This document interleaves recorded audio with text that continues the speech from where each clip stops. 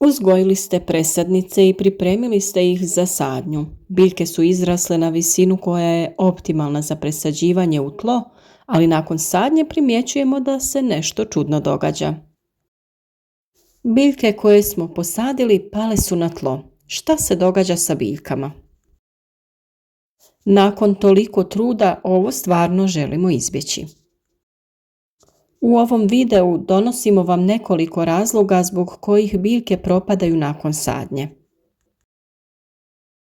Pratimo aktuelne teme i na vrijeme pripremamo našu publiku na moguće štete do kojih dolazi pri uzgoju voća i povrća.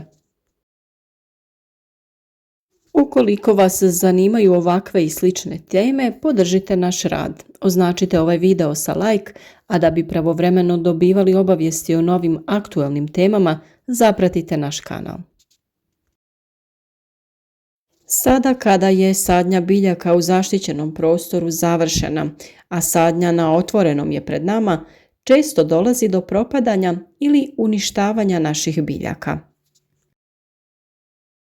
Do toga dolazi iz nekoliko razloga, a najčešći su uzrokovani gljivičnim oboljenjima ili štetnicima.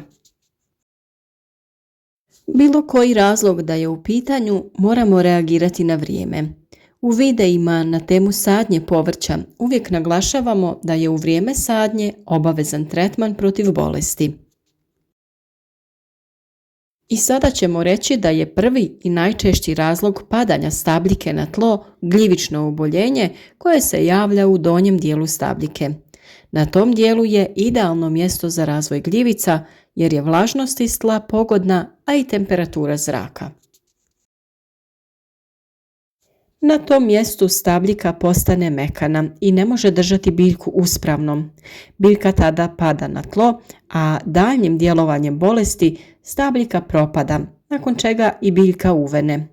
Nažalost, simptome ove bolesti teško je uočiti, pa se zaraženost primjećuje tek nakon što je šteta već napravljena.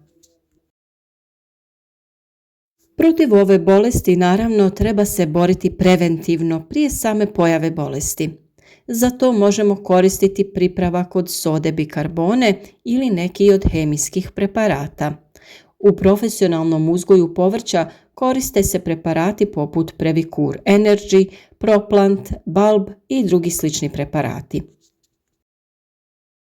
Dovoljno je na 10 litara vode dodati 10 ml Previkur preparata te sa 2 decilitra zaliti svaku biljku.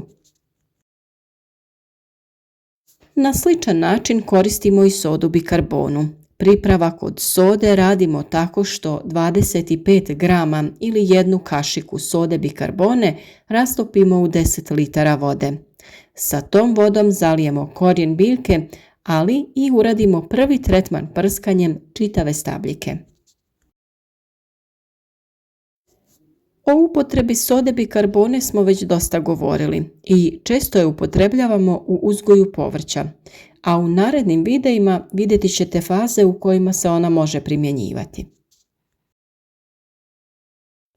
Drugi razlog zbog kojeg dolazi do djelomičnog ili potpunog oštećenja stabljike povrća jeste djelovanje štetnika. Ti štetnici su najčešće puževi koji se hrane listom ili stabljikom, ali imamo i one druge štetnike koji mogu biti pod zemljom ili iznad nje. Najopasniji su podzemni štetnici koje je teško uočiti, a još teže uništiti.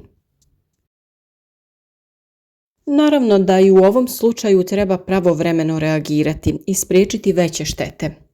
Puževi se najčešće kreću noću kada su temperature umjerenije i nema sunčevog zračenja. Njihovo kretanje je sporo, pa najčešće nisu daleko od biljke na kojoj su napravili štetu. Da bi se mogli nositi sa štetnikom i da bi spriječili njihovo djelovanje, moramo znati prepoznati o kojem štetniku se radi. Konkretno, puževi nanose štetu na listovima sa kojima se hrane. To lako primjećujemo i ako reagiramo na vrijeme, dovoljno je ukloniti štetnika sa biljke i odstraniti iz vrta. Ako je puž oštetio glavnu stabljiku, postoji mogućnost da se ona neće oporaviti i neće nastaviti sa rastom. Takve biljke najbolje je zamijeniti sa drugima. Puževe možemo i privući mamcima koji ih privlače. Za to se može iskoristiti pivo koje će preko noći privući puževe. Ujutro je potrebno klopke isprazniti i pripremiti novu klopku za sljedeću noć.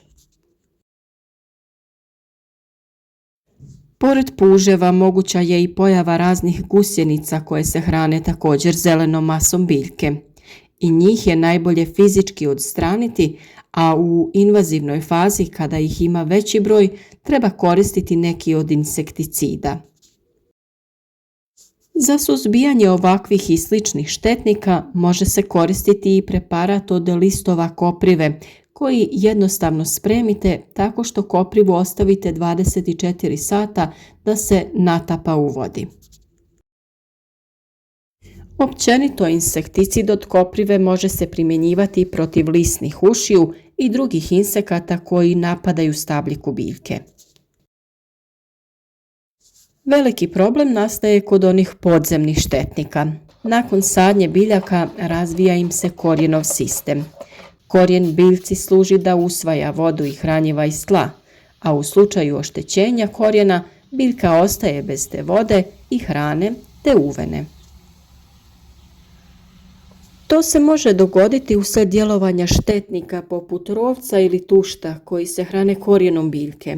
Njih je teško uočiti, ali prilikom obrade tla treba pratiti njihovu populaciju. Ako se po kvadratnom metru pronađe do 1 jedinka ovog štetnika, situacija je podnošljiva, međutim, ako je veći broj jedinki u tlu, naše biljke će biti ugrožene. U fazi obrade tla ove životinje treba odstraniti iz tla, a ako nismo u mogućnosti da ih uklonimo, to možemo uraditi i insekticidom. Naravno, najbolje bi bilo da se koristimo nekom prirodnom metodom suzbijanja ili odbijanja štetnika. Tu se je najbolje pokazao plodored. Birajmo biljke koje odbijaju štetnike i na taj humaniji i ekološki prihvatljiv način riješimo se ovih štetnika. Kod napada ovih štetnika na naše biljke, simptomi su najčešće vidljivi kada je korijen biljke potpuno oštećen. Sve dok biljka može crpiti malu količinu vode iz tla, ona izgleda dobro, međutim pri prvom sunčanijem ili toplijem danu oštećene biljke venu. U ovakvim situacijama, bilo da se radi o bolesti ili napadu štetnika, treba vršiti kontrolu. Ako nemate u blizini stručnu osobu, to uradite sami. Dovoljno se dugo družimo i puno smo toga već naučili. Primijenite znanje i pobrinite se za vaše biljke. Prvi korak je da provjerite nadzemni dio biljke. Prvo obratimo pažnju na prostor iznad tla. Rekli smo da se tu najčešće razvija bolest. Ako je stabljika čitava i ništa se nije hranilo sa njom, tada je vjerovatno već mekana i tada se definitivno radi o bolesti uzrokovanom gljivicama. Ako na stabljici fali dio lista ili čitav list, tada se je nešto hranilo njom. U tom slučaju treba provjeriti područje oko biljke jer bi u blizini mogao biti puž ili neka gusjenica. A ako je stabljika biljke čitava, ali biljka je uvenula, tada treba obratiti pažnju na korijen biljke. U ovom slučaju treba pažljivo izvaditi biljku zajedno sa korijenovim sistemom i vidjeti stanje. Ako se radi o nekom štetniku, tada se vidi da je korijen ispresjecan, ali tada najčešće se vide ili kanali ili ostaci korijena. Nekada korijenovog sistema nema nikako. Tada je najčešće u pitanju bolest korijena koja također dolazi uslijed gljivičnog oboljenja. Pratite vaše biljke i redovito vršite kontrolu da bi što prije otkrili posljedice bolesti ili štetnika. Zaštitne tretmane uradite na vrijeme i ne prepuštajte ništa slučaju. Bolje je spriječiti nego liječiti. A mi se nadamo da ste dobili sve informacije na ovu temu, a ako vam zatreba neko objašnjenje, uvijek nam možete pisati u komentarima. Podijelite ovaj video sa prijateljima na društvenim mrežama kako bi i oni došli do ovih informacija i ne zaboravite ostaviti jedan like.